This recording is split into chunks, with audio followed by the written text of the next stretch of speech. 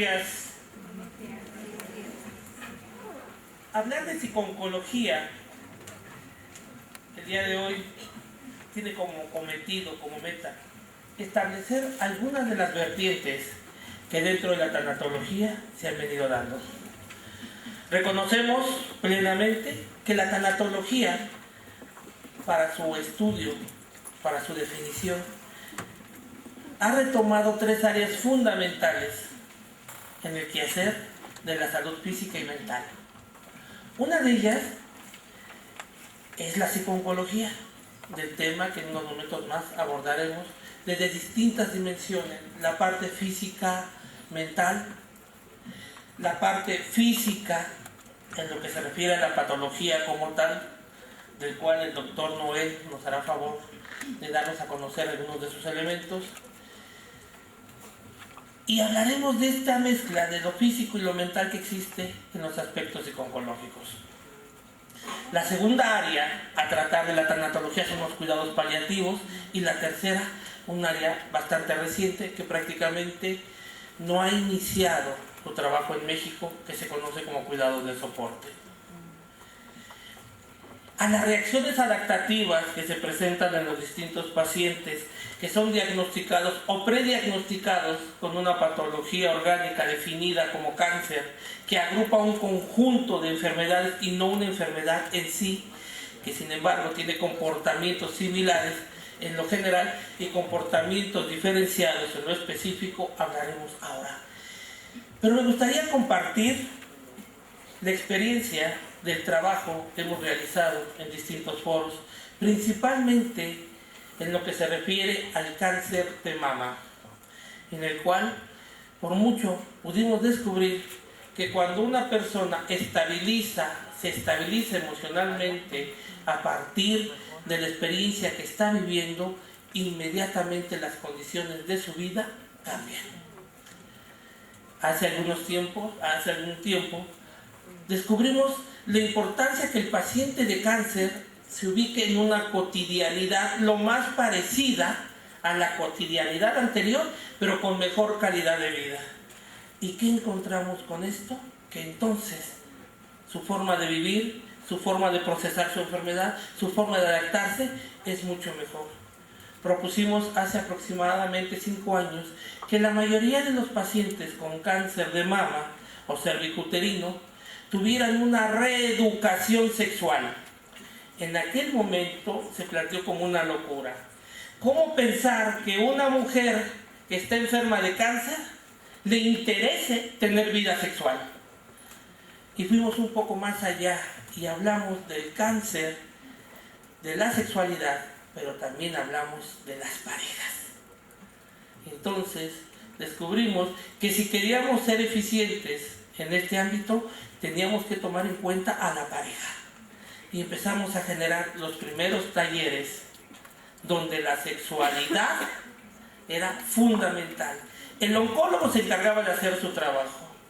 El psicólogo podía atender, o el psicoterapeuta podía atender asuntos inconclusos, pero necesitábamos un trabajo con sexólogos que nos permitieran reeducar o generar los procesos psicoeducacionales sexuales de tal manera que permitieran que las parejas tuvieran una mejor vida íntima.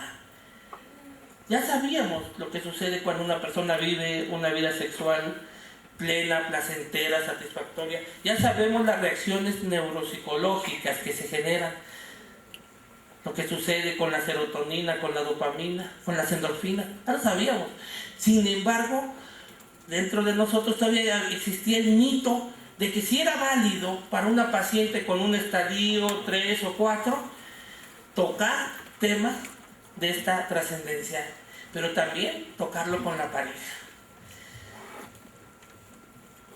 Voy a cederle el micrófono a la doctora Fanny Elizabeth, médico psiquiatra, que trabaja en un hospital oncológico en la República de El Salvador, para que nos comente su experiencia con respecto a la forma en que atienden la parte psiquiátrica, la parte terapéutica, y qué está sucediendo en El Salvador con respecto a la sexualidad del paciente oncológico. Tengan todos muy buenos días. Es un honor para mí estar compartiendo con ustedes en este congreso de tan alto nivel académico y sobre todo de mucho crecimiento personal. En mi país yo trabajo en el Instituto Salvadoreño del Seguro Social, que atendemos solamente a personas que son afiliadas o cotizantes. Por consiguiente atendemos ya sean mujeres que son cotizantes o beneficiarias. Nuestra principal consulta de cáncer en mujeres es el cáncer de mama, definitivamente, y es lo que más tenemos. Cuando uno evalúa a una mujer con un cáncer de mama, lo primero que pregunta es cómo es su vida de pareja, porque definitivamente está muy asociado a su vida de pareja con la respuesta al cáncer de mama. Y lo que generalmente encontramos es una mujer que de una u otra forma ha sido víctima de cierto grado de violencia por parte de su pareja, y no solamente una violencia física, sino que sobre todo una violencia emocional. Al trabajar esto, y cuando nosotros trabajamos como psiquiatras, al trabajar las respuestas emocionales, también trabajamos todas estas causas o factores que condicionaron, y trabajamos en una mujer hasta cierto nivel, hasta donde ella deje el empoderamiento de ella. ¿Qué es lo que más afecta después de un cáncer de mama cuando una mujer se ve con una mastectomía? Lo que principalmente tenemos es una alteración en su autoestima. Por consiguiente, tenemos que trabajar la autoestima y la sexualidad de estas mujeres. Si al principio estas mujeres con toda su estructura física intacta, muchas tienen problemas de la sexualidad, porque me imagino que como en todos países de América Latina la sexualidad es un tabú. Ahora que la mujer se ve mutilada, la sexualidad en estas mujeres todavía es mucho más difícil. Es más, tenemos mujeres que ni siquiera se quieren ver ellas mismas al espejo, mucho menos permiten que sus parejas las miren o las toquen, ¿verdad? Entonces tenemos que trabajar este proceso largo de crecimiento de su autoestima nuevamente para que ellas aprendan a quererse y a aceptarse como son, y enseñarles que la mujer no es el aspecto físico, no es la mama lo que le da el significado de mujer, sino que la esencia de ser una mujer que vale, una mujer que es parte de una familia y de una estructura de pareja. Entonces el trabajo nuestro consiste en, usualmente tratamos de trabajar con la mujer desde que tiene el diagnóstico de cáncer, para irla preparando a lo que es la mastectomía y luego a su recuperación. Pero también tenemos un problema con respecto a nuestros médicos. Les cuesta a muchos de nuestros médicos, los colegas que trabajan con nosotros en el hospital de oncología, reconocer que la paciente es más que la mama que van a quitar, sino que es un ser humano que también está sufriendo. Entonces muchas veces encontramos a la mujer o la mujer nos llega cuando ya le han quitado la mama. Sin embargo, nuestro trabajo es hablar directamente con el oncólogo, el experto en nuestro país están los oncólogos, ellos los han organizado que un oncólogo atiende cáncer de mama, otro cáncer de próstata, cáncer de pulmón. Dependiendo de lo que queremos trabajar, hablamos con el asignado para que desde el principio él vaya entendiendo, y es como una forma de hacer psicoeducación también en los colegas, de que tiene que preocuparse también no solo por el aspecto que le va a quitar el tumor, sino que también vamos a mutilar la psique de la mujer, sobre todo en una mujer en la cual la mama es parte de la sexualidad, ¿verdad? Entonces trabajamos con él y logramos en muchos de los casos poder detectar y retener a la mujer antes de la mastectomía y prepararla para que el impacto de cuando ella se vea sin su mama sea menos doloroso, o ya esté sabido que cuando despierte la anestesia y no se ve, sobre todo cuando la mayoría de las mujeres tiene la fantasía de que quizás solo le van a quitar un pedacito de mama, y cuando se ve totalmente mutilada el impacto es inmenso. Si trabajamos, además de trabajar el psiquiatra con ella, trabaja el psicólogo, que es el que tiene las citas más frecuentes, y trabajamos en la reestructuración de la autoestima y de la feminidad de la mujer. Le enseñamos nuevamente a quererse y a aceptarse como es. Muchas gracias, doctora. Fíjense que en el trabajo de psiconcología hay una realidad que hemos experimentado. y que es un divorcio entre lo físico y lo mental, donde hay un grupo de profesionales, en ocasiones oncólogos, en ocasiones ginecólogos, otras especialidades, que por su lado trabajan el cáncer, y por otro lado estamos la parte psicoterapéutica, la parte psicológica, en ocasiones psiquiatras con preparación o formación psicoterapéutica, que trabajamos como si fueran dos mundos distintos. Uno de los grandes retos de la psiconcología actual es unir estos mundos, pero nos encontramos con creencias limitantes de ambos lados. Los oncólogos o los ginecólogos dicen, esto es así. Y nosotros decimos, no, esto es así. Y a veces nosotros tenemos que pasarnos del lado de la medicina física, y muchas veces los de la medicina física tendrán que ver el mundo desde la medicina mental. Escuchemos las palabras del doctor Noel, que además es decano del hospital más prestigioso de América Latina con respecto a atención a pacientes con cáncer, el Instituto Nacional de Cancerología. Buenos días, gracias por la invitación. Creo que estamos viviendo una época pues muy interesante dentro del conocimiento. Por un lado, estamos viviendo una época en que la medicina se va transformando cada día más, cada día logramos mejores cosas, cada día se pueden curar más enfermedades. Podemos ver que a principios del siglo pasado en México la expectancia de vida era 40 años. Actualmente andamos alrededor de 75 años. Entonces esos son grandes avances de la medicina. Pero podríamos decir, oye, qué bien, o sea, la medicina ha hecho un brinco extraordinario y puro positivo. Por un lado, sí. Por otro lado, como decía el maestro Polo, el conocimiento se va haciendo tan grande y tan atractivo que el médico cada vez va viendo de una manera más cercana enfermedades, órganos, y nos vamos haciendo subespecialistas y subespecialistas en algunas otras ocasiones. Entonces llega el momento que sabemos tanto de cierta enfermedad, pero nos olvidamos de la persona enferma. Entonces de esa manera estamos reduciendo al órgano o a la enfermedad, a la persona enferma. Afortunadamente también al mismo tiempo que estamos teniendo esos problemas, está resurgiendo pues que tenemos que volver a retomar lo que anteriormente era la medicina, ver al hombre en todas sus dimensiones, porque realmente ninguna dimensión puede estar bien y la otra mal, o sea, es como una cadenita. Cualesquiera de las dimensiones del hombre que empiece a fallar, inicialmente puede empezar a fallar el aspecto físico, pero no, es imposible que la persona tenga dolor, por poner un ejemplo, y que esto no va a repercutir en el aspecto psicológico, o que esto no va a repercutir en la situación social. Y si la enfermedad, como la que vemos, que es el cáncer, es una enfermedad catastrófica desde el punto de vista social, pues finalmente el aspecto espiritual también se va a dañar. Entonces, realmente la situación a la que tenemos que volver a llegar es volver a, si ya no es posible, por todo el conocimiento que tenemos actualmente, que el médico sea con grandes conocimientos de medicina, con grandes conocimientos de psicología, que sea medio sacerdote y que aparte pueda apoyar desde el punto de vista social en las dinámicas, pues eso ya es imposible para que un profesional pueda hacer esto.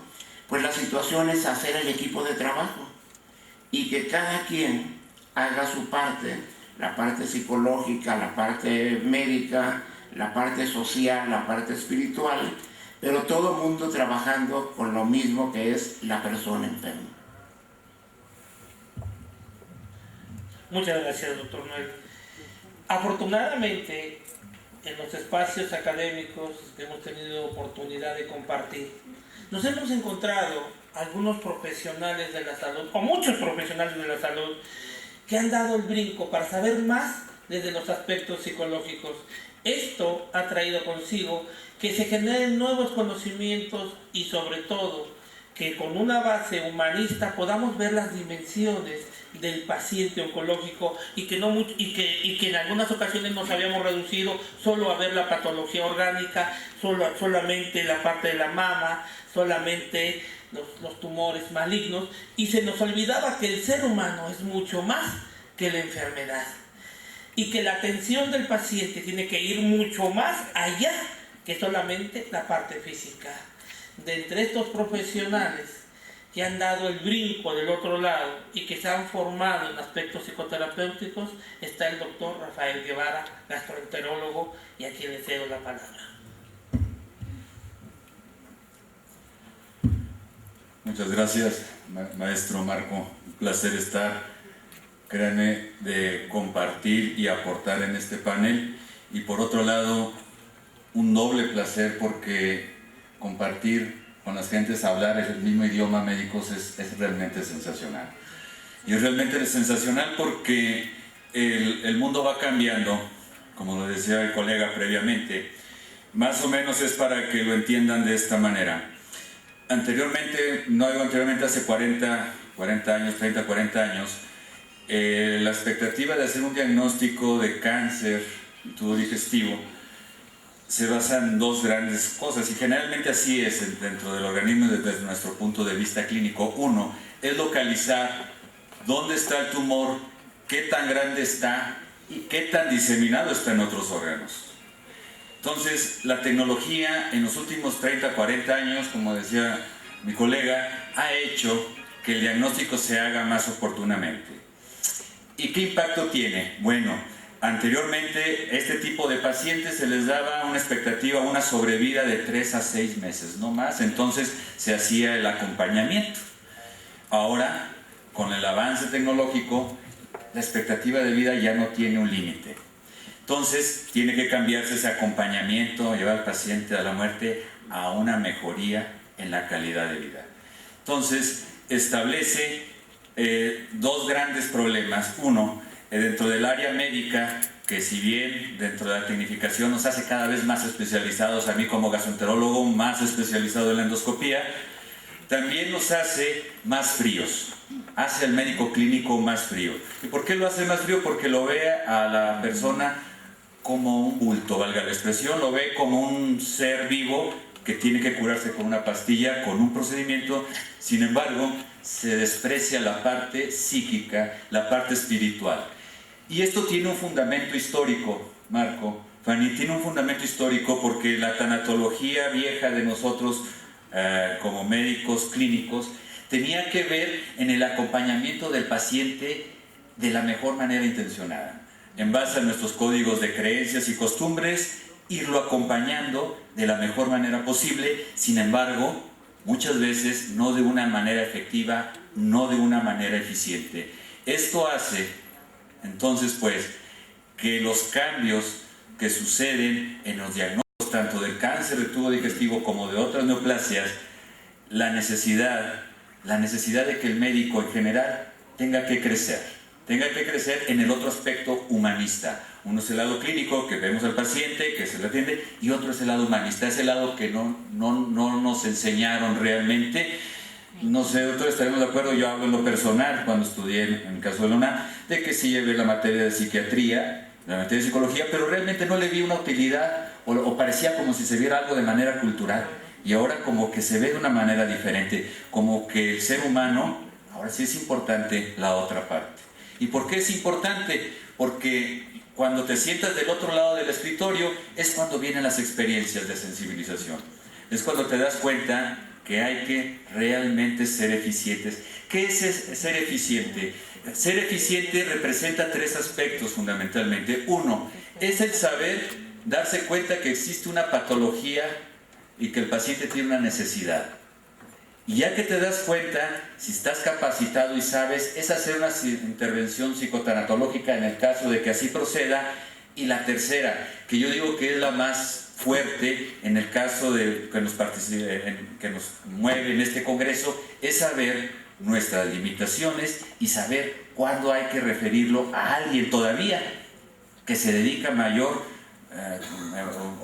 tiempo a este tipo de casos y que lo puede hacer de una manera más eficiente. Con esto es romper el paradigma del médico todólogo, sino es un médico eficiente que sabe lo que debe tratar, cómo lo debe tratar y a dónde debe de caminar. Y ahora en este mundo tecnificado debe de ser todavía más importante. Debe de haber médicos y gente involucrada en el personal de salud que sepa y que esto se haga de una manera que deba cambiar. Si no cambiamos, estamos condenados a la destrucción del sistema de salud. Se los digo con toda honestidad.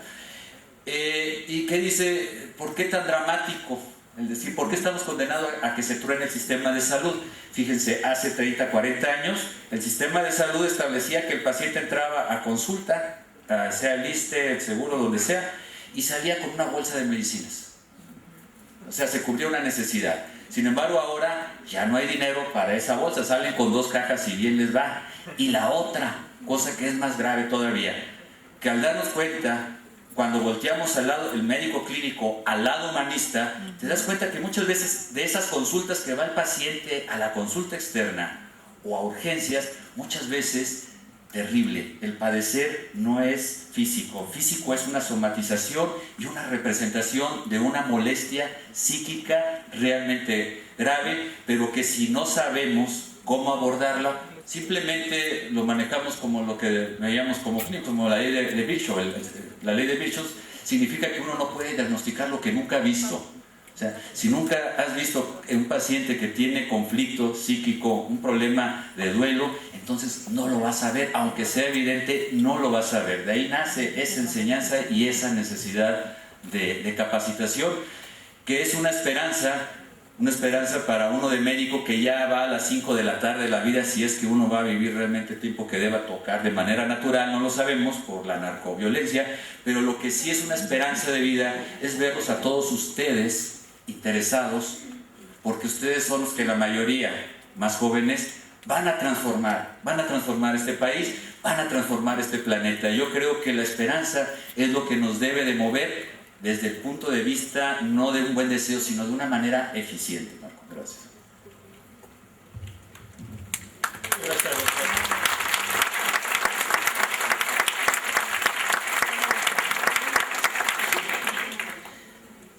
Hace algunos años, cuando la psiconcología inicia, se da como una respuesta al avance médico que en los años 80 y 90 se generaron en el área de la oncología. Gracias a la medicina surgió una necesidad que presentaba un nuevo tipo de paciente. Hace años, cuando se hablaba del paciente oncológico y sobre todo su diagnóstico, regularmente se llegaba tarde. Se presentaba en estadios 3 o 4, donde la posibilidad de sobrevida era realmente mínima.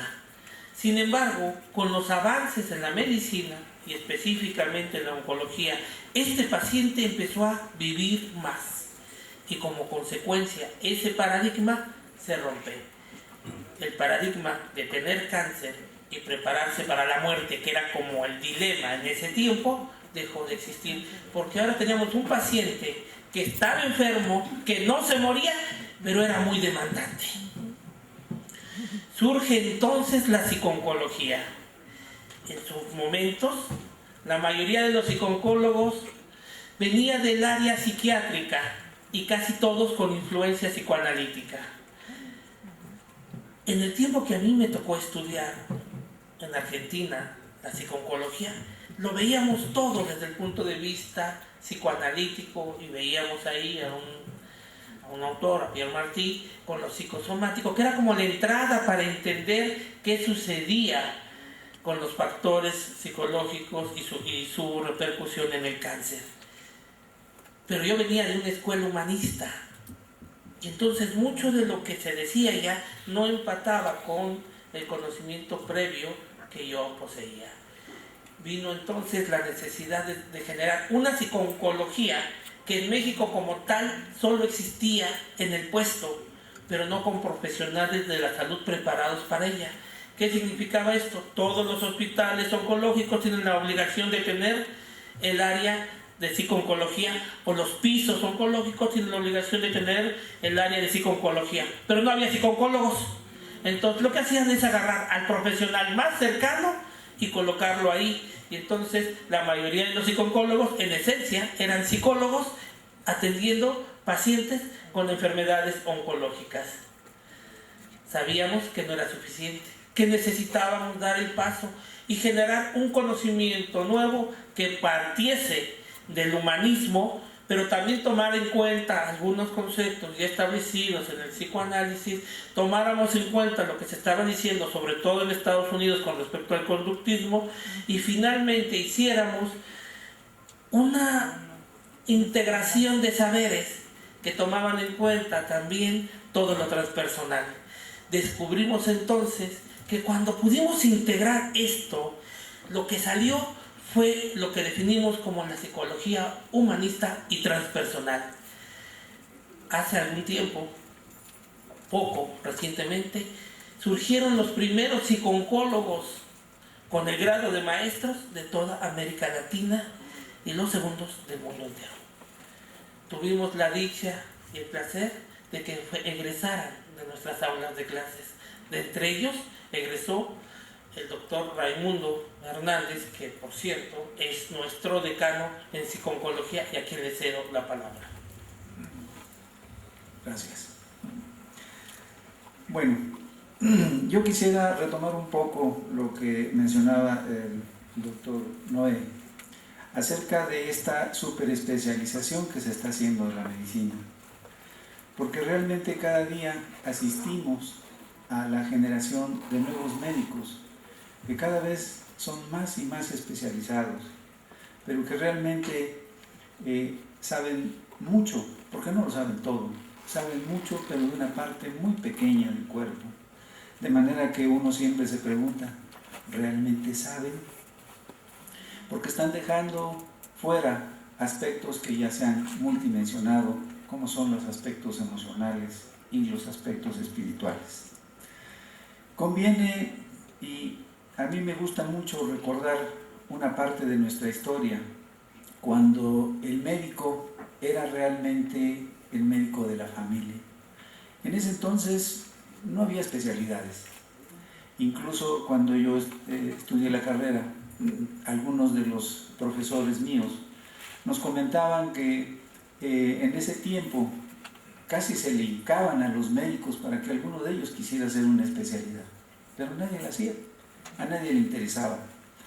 Y en esta época, así se enfermaba el bebé, se enfermaba la abuelita, se enfermaba el adolescente, siempre llamaban al médico de la familia, y este resolvía los problemas, porque realmente sí los resolvía.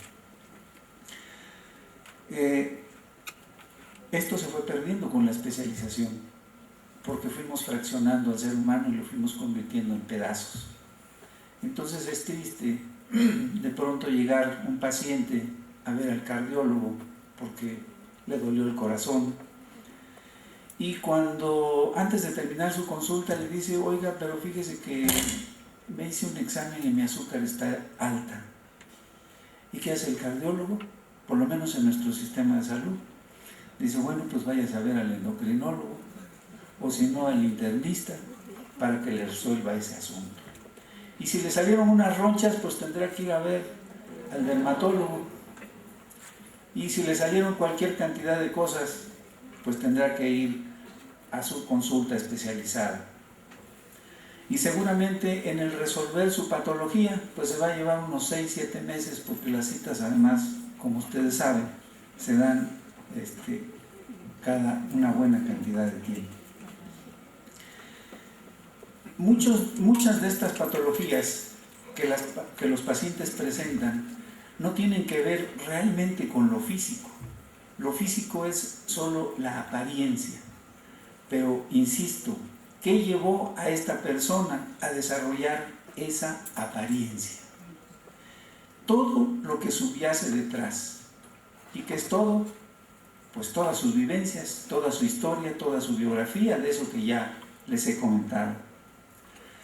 Para esto solo basta darse una vueltecita por cualquier hospital en los servicios de urgencias y de consulta externa. todos los días están llenos de gente, todos los días. ¿Hacia dónde tenemos que ir en realidad con esta problemática que es una realidad? En este sentido, creo yo que hacia donde tenemos que ir es a buscar el médico interior de cada persona. Porque ese médico interior sí que es un verdadero especialista. Tenemos que ir a buscar un laboratorio que produzca las mejores medicinas, con el mejor control de calidad. Tenemos que ir a buscar esa farmacia interior donde existen todos los medicamentos que esa persona necesita, que además son fabricados con el mejor control de calidad, que fueron y que están diseñados a las dosis perfectas y adecuadas y que son creados o elaborados exclusivamente para ese paciente.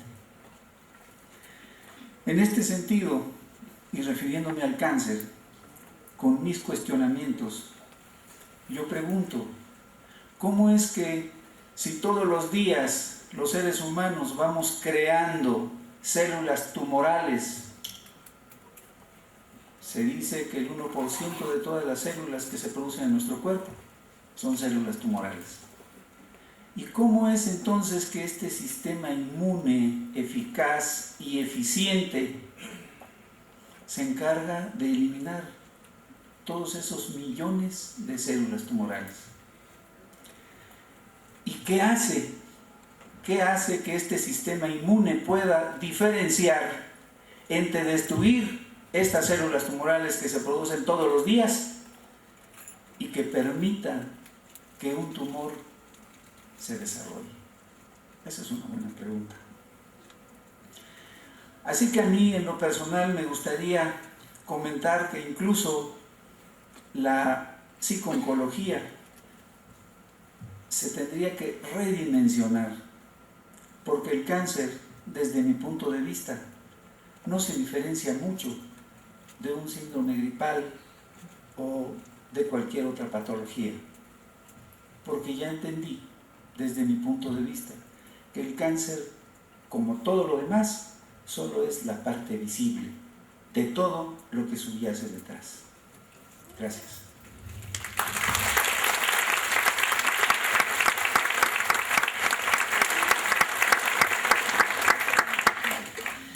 Por un momento, quiero pedirles que se pongan de pie y busquen a una persona con la que van a compartir una experiencia. Vamos a hacerlo de manera rápida y lo más pronto posible. Por favor, pongámonos de pie.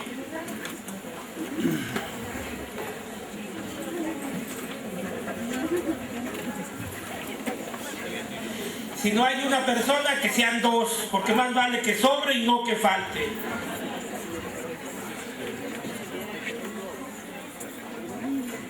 Y ya que estás ahí, colócate frente a frente y pregúntale que si quiere trabajar contigo.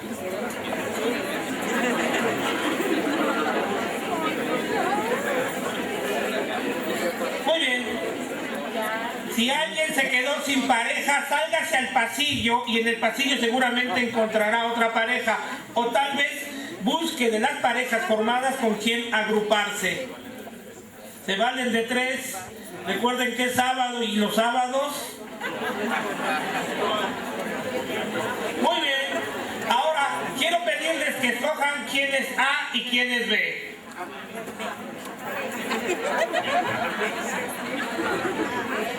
Levanten su mano quienes son A. Excelente. Bajen su mano. Voy a empezar a trabajar B.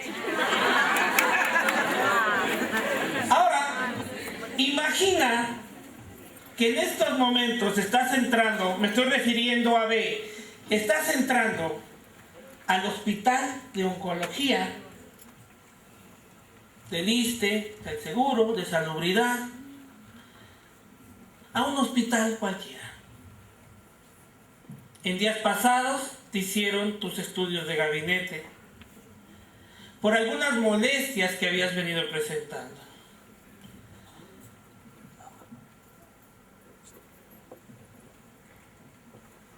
te acaban de llamar, acaban de decir tu nombre para que pases con tu médico tratante, el cual, detrás de un escritorio, con una impecable bata blanca, está a punto de darte una noticia.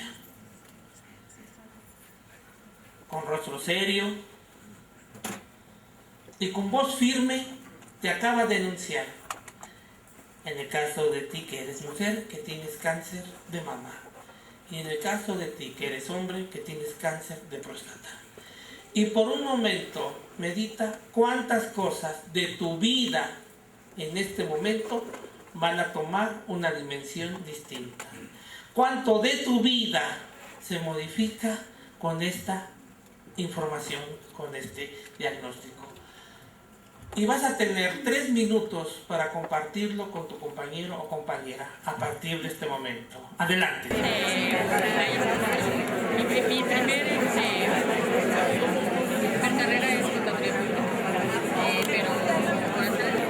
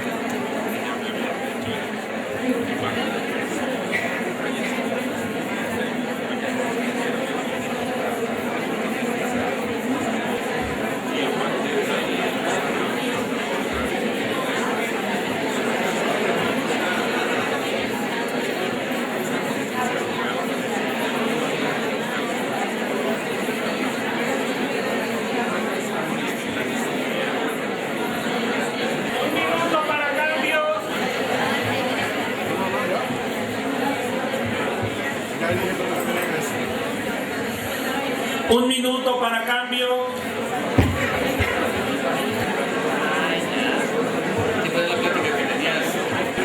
Hacemos cambio, por favor. Cambio, cambio, cambio.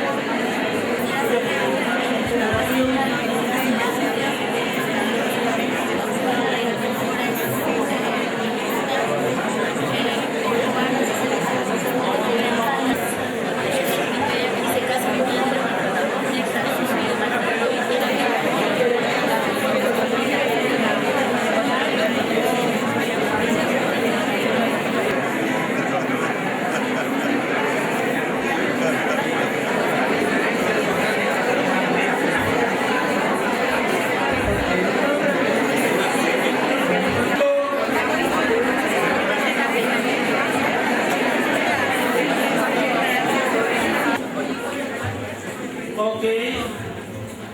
Y tal vez, si reflexionamos por un instante, ¿qué tanto se movería mi vida con un diagnóstico de este tipo? Tal vez ahora ustedes puedan comentarnos. ¿Qué tanto se mueve? A veces viene la parte afectiva, los hijos, la pareja, los padres, los amigos, los hermanos. Pero tal vez también haya un solo miembro de la familia que abarque todo el espectro de afección.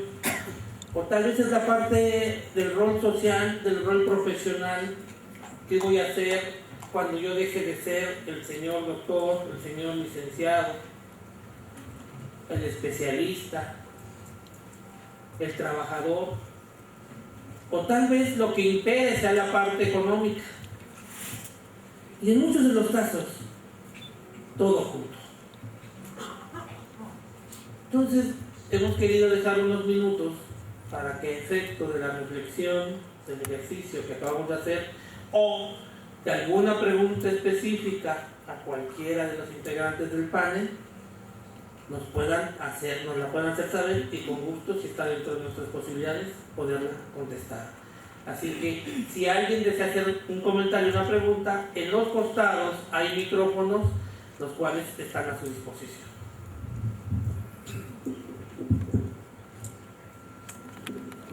Puede levantar la mano y se acerca un poco el micrófono para que puedan realizar su pregunta. Buenos días. La dinámica que se llevó ahorita a cabo podría ser mi caso real.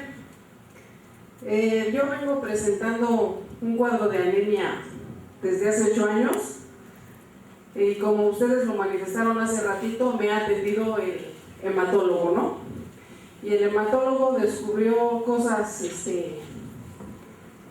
en una endoscopía y me dijo, tienes cita con el gastroenterólogo. Entonces salí con pólipos, con metaplasia de antro gástrico, una situación así, y la cita es hasta el 31 de octubre. Me hice mi chequeo normal, tengo 48 años, y me dicen la noticia, tienes un VIAX número 5, te vas ahorita directito a oncología de la raza. Entonces uno agarra, entra uno en shock, pero al mismo tiempo se controla uno y dice, no puede estar tan grave porque me hice mi chequeo hace 2 años, entonces a lo mejor voy en fase inicial. Voy a oncología, en oncología te dan tu cita luego. Para esto yo iba sola, sin estudios, porque nada más iba a mi rutina de mi mastografía. Entro con el médico oncólogo y me dice, te voy a explorar. Me explora y me dice, ¿tienes dolor? Sí, tengo dolor. Dice, te voy a hacer una biopsia. Y en ese momento que me dice, te voy a hacer una biopsia, que yo no sabía cómo era la biopsia, nada más le digo, sí doctor, tengo anemia. O sea, no le dije no, sino sí, pues es necesario o importante que él sepa que tengo anemia para saber qué va a hacer. Entonces se quita el guantecito y me dice, ¿quién dice que tienes anemia? Le digo, el hematólogo. Estoy atendiéndome con el hematólogo. Ah, entonces no te puedo hacer nada. Se sienta y me dice, necesito una valoración de un médico internista, de un anestesiólogo, tu radiografía de tórax y otros estudios ahí de sangre, de no sé qué, me pidió. Y le digo, vengo del hospital de Troncoso, yo soy manejador de alimentos en el hospital de Troncoso, y el director de ahí me dijo, todo lo que tú necesites estudios, te los hacemos para ganar tiempo. Ah, dice que te los hagan allá. Fui a mi hospital, efectivamente el director sostuvo su apoyo y me dice, sí, ve con fulano, con sutano, con mengano, no se las hago larga. Durante todo un mes estuve en todo el proceso de obtener todos los resultados. Hace 8 días, el 19, 20 de septiembre, tengo mi cita con el oncólogo en la raza. Entro ahí mismo. Incluso el director de Troncoso me dice, no, ya vas en condiciones, ya subimos tu anemia, ya mejoramos esto, ya mejoramos lo otro, ahorita sí te puede hacer la biopsia para ganar tiempo. El oncólogo así entra y dice, ya hizo los estudios y te voy a dar tu pase. Mañana ven y saca cita. Perfecto. ¿Alguna duda? ¿Tienes dudas con tu información? Y le digo, la que me dio usted hace un mes. Dice, sí. Y le digo, ¿me la quiere usted repetir? Y me dice, tienes tú un VIAX 5, lo vamos a abrir, te vamos a hacer una biopsia, pero como tienes muchos tumorcitos, dime ahorita si tú decides que te haga una mastectomía radical. Le digo, ¿qué es eso? Y me dice, es un MMCS y algo así que puso ahí. Y entonces dije, ¿qué dice aquí? Decídetelo. Y digo, no, déjeme pensarlo. ¿Qué no me pueden poner una prótesis o de qué se trata? ¿O no me ha explicado usted? Ya te expliqué. Te voy a hacer una biopsia y por proceso general te lo voy a mandar a patología. Pero si yo ahí veo que tienes cáncer, te quito tu axila y tu mastectomía. Tomando un poco mis fortalezas en mi diplomado de tanatología, dije, lo que sea, está bien, acepto lo que usted me está proponiendo, confío en que usted lo está haciendo por mi bien. Entonces fírmale aquí que ya te di la información y que recibiste todo. Entonces me hizo firmar una hojita de decir, recibí la información. Ven por tu cita mañana. Y dije, bueno. Entonces yo todavía en mi inconsciente así como que, que me hagan la biopsia mañana para que no me pierda el congreso, porque si no, ¿cómo salir en el congreso o para cancelar el congreso de tanatología? Yo preocupada así. Voy a la cita y me recibe un compañerito que me dice, déjame aquí tus hojitas. Le digo, ¿estoy en oncología? Sí, dice, pero también es ginecología. Y nosotros te llamamos en 1 o 2 semanas. Y me quedo así, digo, oye, vengo de oncología, tengo un VIH-5, me hicieron sacar todo esto de urgencia. Y tú dices que me llamas en 1 o 2 semanas. Dice, sí. ¿Quieres cita ya ahorita? Te la doy para enero. Y le digo, ¿estás seguro? Sí, estoy entendiendo bien. Sí, dices que aquí es ginecología y nada más tenemos 2 quirófanos para oncología. Pues si se desocupa algún parto o cancela alguien, te mandamos llamar. Entré en shock, volví a entrar en shock, me enojé, me enfurecí, me salí. Ya me iba yo directito al metro y dije, no, voy a ir a hablar con el director, yo creo que entendí mal. Entonces fui otra vuelta con el director ya de oncología. Le digo, oiga, estoy entendiendo bien, me voy a mi casita, me quedo pegada en el teléfono a esperar a ver cuándo me llaman o cómo tendría que estar, porque yo trabajo y tengo otras actividades. Pues sí, mi reina, así es. No hay problema. ¿Quieres? Habla con el doctor oncólogo o dile a tu oncólogo, el que te atendió, que si te quiero operar mañana o pasado, depende de él, que me diga si pide el quirófano y si te atiende. En eso me quedé, entonces me salí.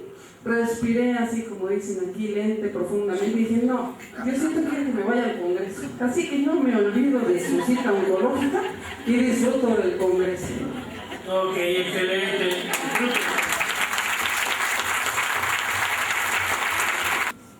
Sí, la pregunta es para el doctor Raimundo. Estoy pues muy contenta de estar aquí porque escuché algo que yo estaba buscando. Hace algunas semanas tuve la oportunidad de ir a Puebla a conocer a una persona que trabaja la psiconeuroendocrinología y pues vengo y me lo encuentro aquí, ¿no? Con el doctor Raimundo cuando habla dice, ya no se tiene que llamar psiconcología sino de otro nombre, no dio la respuesta. De entrada, bueno, quiero decirle que yo viví una experiencia similar a la compañera, nada más que yo todavía no tenía estudios de tanatología y pasó una noche en shock. Y después de esa noche en shock decidí tomar las riendas de la situación que yo estaba viviendo. De tal manera que por eso estoy todavía más interesada, tengo estudios ahora de tanatología y demás. Y la pregunta para usted, doctor, ¿qué posibilidades se está viendo dentro del instituto en el que ustedes trabajan, de que esta parte de todas las áreas del conocimiento, las que usted mencionaba, dado que juegan un papel muy importante para abordar lo que es el cáncer y sobre todo lo que hay detrás del cáncer, que yo creo que eso es lo fundamental, se pueda trabajar desde el enfoque que ustedes están tratando, ¿no? Porque bueno, finalmente ya se mencionó, hay por ahí los estudios del doctor Hammer y de otras personas que han vivido, porque además son médicos que han vivido la pérdida de un ser querido y esto aunado al cáncer. Quiere decir que, bueno, no solamente son ellos, hay más gente detrás de todo esto y considero que es una parte fundamental que no sé si esto ustedes tengan en mente o en la intención de poderlo integrar a lo que es la psiconcología. Bueno, en este sentido quien tendría que responder sería el maestro Marco Antonio, porque él es el director general del instituto. En este instante, en media hora, el día de mañana, tal vez para tu siguiente mes, tu siguiente año, ¿cómo quieres vivir? Y compártelo con tu compañera, con tu compañero, y recuerda, 4 dimensiones: cómo quiero vivir desde el punto de vista físico, cómo quiero vivir desde el punto de vista psicológico, cómo quiero vivir desde el punto de vista social, mi interrelación con mis semejantes, cómo quiero vivir con mis creencias y mi conducta. Son 5 minutos. 5 minutos, faltando 1, yo les aviso para hacer cambio. Iniciamos ahora.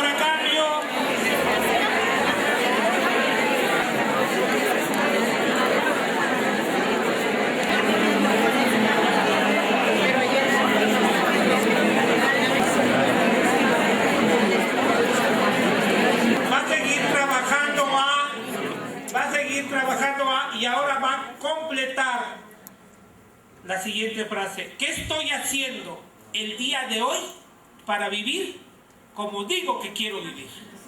¿Qué estoy haciendo hoy para vivir como digo que quiero vivir?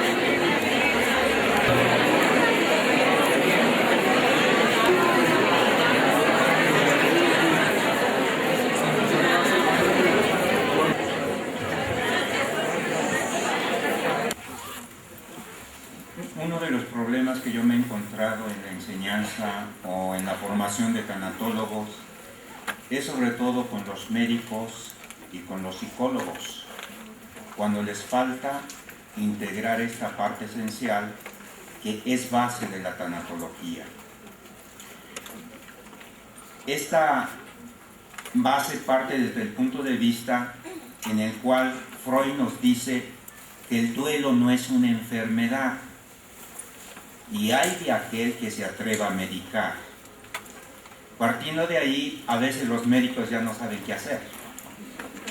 Y los psicólogos, como piensan que el duelo es una patología, empiezan a hacer locuras. De tal manera que el tanatólogo es algo especial. El tanatólogo, uno de sus fundamentos es la espiritualidad.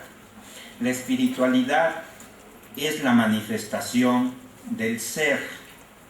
De esta manera, cuando este tanatólogo se conecta, simpatiza con su paciente desde el ser, hay un cambio radical en esto.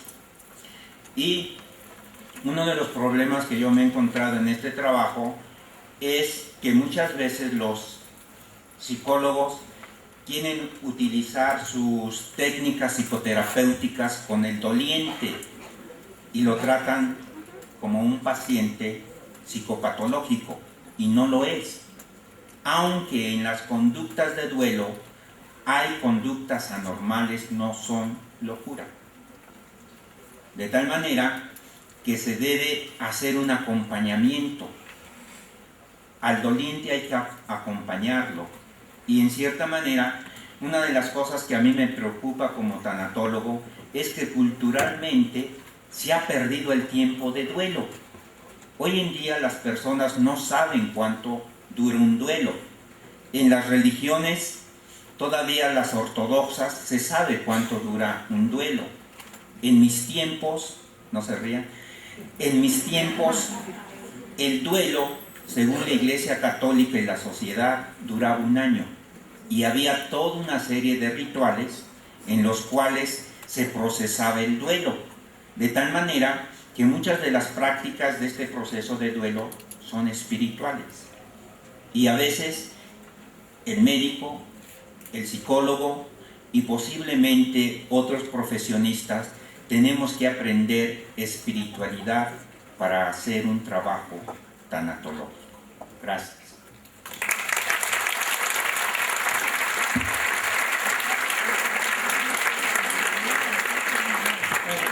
Concluyendo, el día de hoy el tanatólogo debe ser capaz de trabajar desde la dimensión de su área específica de trabajo, le compete. Y entonces encamina muy bien el trabajo que tiene que ver con la medicina física, la tanatología y el respeto de las creencias del paciente.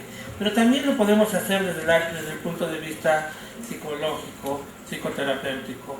Pero también lo pueden hacer aquellos que trabajan las interrelaciones familiares, las interrelaciones sociales, siempre respetando las creencias del paciente.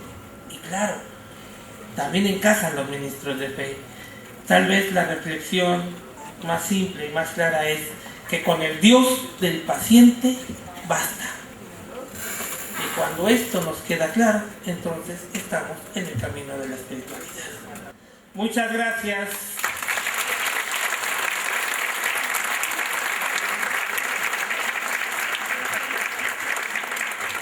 Muchísimas gracias por esa... Si te gusta el contenido, dale like al video. Suscríbete y activa las notificaciones presionando la campana. Déjanos tu opinión en la caja de comentarios.